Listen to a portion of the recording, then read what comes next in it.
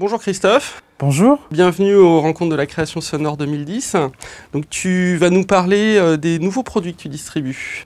Oui, tout à fait. On va commencer peut-être par le TubeTech. Tout à fait. Alors TubeTech, c'est pas réellement une nouveauté, mais TubeTech, il y a 1 an ou 2, a présenté une gamme de petits modules qui sont des modules au format propriétaire. Vous pouvez voir, c'est pas du tout un format 500 de chez API qui est de plus en plus courant.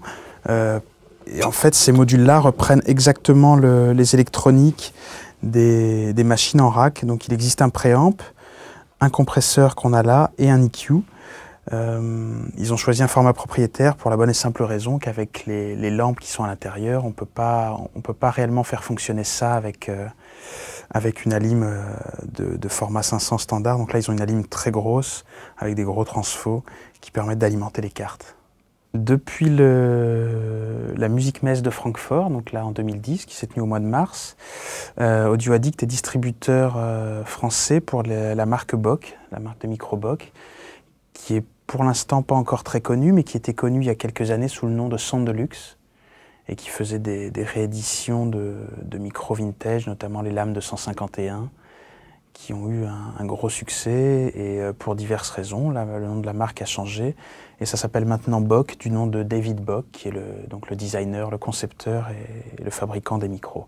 Donc ici, c'est le modèle qui s'appelle Bock 195, qui est le modèle d'entrée de gamme de la marque, qui coûte un tout petit peu plus de 1 000 €. C'est un micro cardioïde à grande membrane, très inspiré d'un grand standard d'un fabricant allemand qu'on connaît tous, qui a la particularité d'avoir un très gros transfo à l'intérieur, un transfo de sortie assez énorme, et qui présente 2 petits sélecteurs, donc un petit pad d'atténuation, un mode FAT ou normal, le mode FAT étant un mode qui donne un bas un peu plus consistant, un peu plus musclé.